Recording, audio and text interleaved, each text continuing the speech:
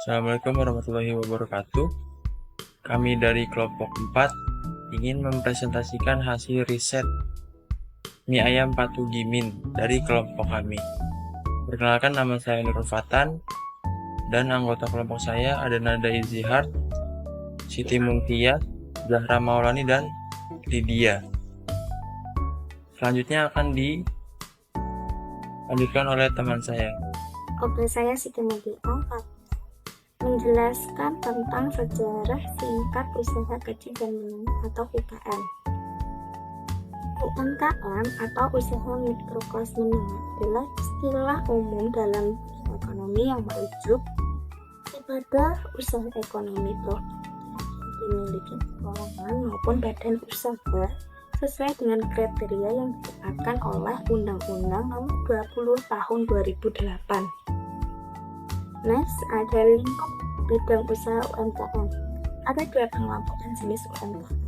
Pembahasan tentang usaha mikro kecil menengah atau UMKM yaitu pengelompokan jenis usaha, yaitu ada jenis industri kecil menengah atau UMKM dan perdagangan mikro kecil menengah atau PMKM. Hal tersebut karena pemikirannya tidak fokus pada permasalahan kesempatan atau lapangan kerja diletakkan pada kemampuan pengembangan UMKM dan PMKM. Nah, selanjutnya ada sumber daya UMKM. Sumber daya adalah segala sesuatu yang dapat digunakan untuk mencapai tujuan tertentu. Sumber daya dapat berupa manusia, modal, teknologi, informasi, dan lain-lain. Sumber daya sangat penting bagi usaha mikro kecil menengah atau UMKM untuk dapat berkembang dan berkembang di tengah persaingan pasar. Ini adalah beberapa jenis sumber daya yang perlu diperhatikan oleh pelaku UMKM, yaitu ada modal, manusia, teknologi, dan pemasaran. Next, ada tantangan UMKM.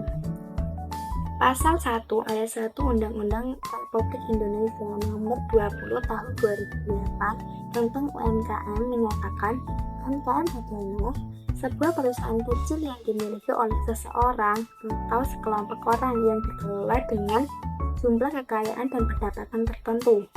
Tantangan UMKM yaitu ada keterbatasan modal, yang kedua ada kurangnya sumber daya manusia, yang ketiga promosi yang lemah, keempat menentukan indikator kinerja pemasaran.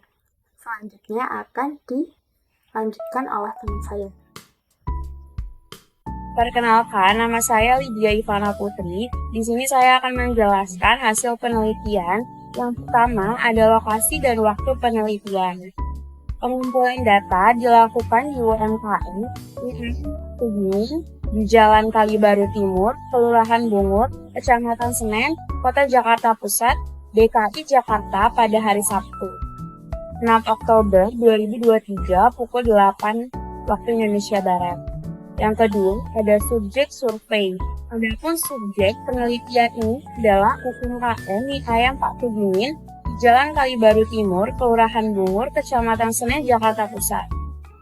Yang ketiga, ada silusi mutu data penelitian.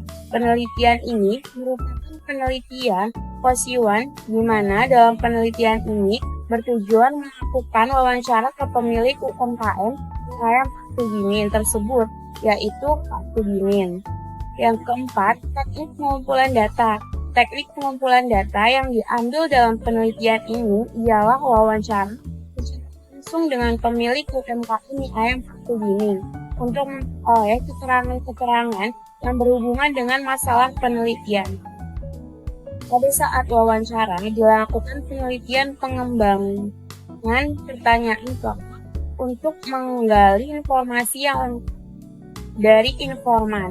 Yang terakhir, teknik analisa data.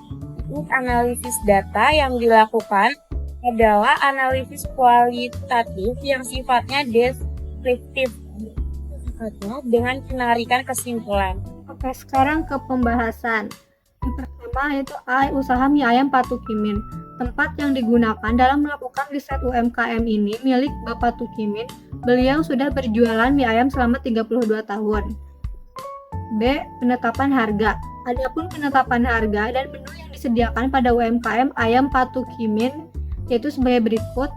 Menunya itu yang pertama ada mie ayam bakso yang harganya 18.000, kemudian mie ayamnya harganya 13.000 dan es teh manisnya harganya Rp4.000. Oke, lanjut aspek operasional. Aspek operasional dalam UMKM mie ayam Patu Gimin yaitu mengarah ke cara membuat bahan baku, proses buat, jadi langsung dijual. Adapun bahan-bahan cara pembuatan mie ayam Patu Gimin sama seperti penjual mie ayam pada umumnya. Kemudian D. Aspek pemasaran. Dalam hal pemasaran kami meneliti Patu Gimin tidak menggunakan promosi berupa brosur dan kemudian dibagikan ke beberapa tempat, melainkan dengan mempromosikan secara langsung di saat pembeli mengkonsumsi mie ayam oleh penjual. Kemudian yaitu aspek sumber daya manusia.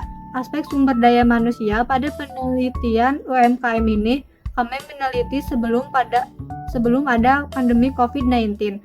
Pemilik usaha memiliki 2 karyawan dan memiliki usaha masih memegang kendali dalam hal pembuatan mie ayam serta keuangan.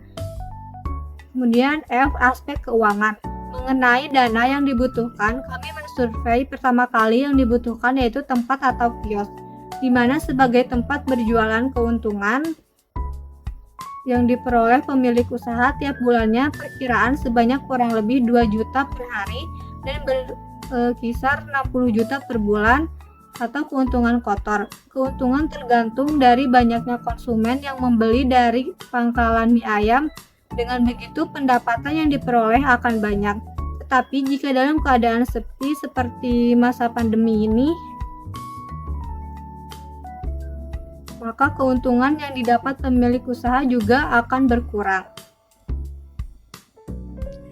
Halo, nama saya Nada Itzi. Saya kelas dari 643F07. Saya 6421315. Saya dari kelompok 4. Saya akan bagikan kembali untuk perihal kesimpulan dari UMKM mie ayam Patu Gimin. Di sini kita akan membahas kesimpulan tentang UMKM mini riset mie ayam Patu Gimin. Tempat penelitian kami lakukan ini mengetahui tentang UMKM Patu Gimin yang dimana sudah berjualan selama hampir 32 tahun lamanya. Data yang kami kelola atau yang kami kumpulkan itu langsung kami riset di tempatnya di area Jalan Bungur, Senen, Jakarta Pusat. Aspek komersial UMKM mie ayam Patu Gimin ini itu mengaruh pada bahan baku dan cara pengolahannya. Dalam hal pemasaran kami meneliti Patu Gimin tidak melakukan promosi by media ataupun sosial media ataupun seperti brosur. Namun Patu Gimin melakukan promosi melalui mulut ke mulut customer. Dalam aspek keuangan atau kemudian sebelumnya, Patu Gimin tidak mempunyai tempat untuk usaha mie ayam tersebut. Namun seiring berjalannya waktu, akhirnya Patu Gimin bisa membuka 2 cabang sekaligus. Namun setelah terjadinya wabah COVID sekitar 2020 sampai 2022, akhirnya Patu Gimin menjual 1 ruko dan 1 rukonya kembali dan disewakan kepada orang lain.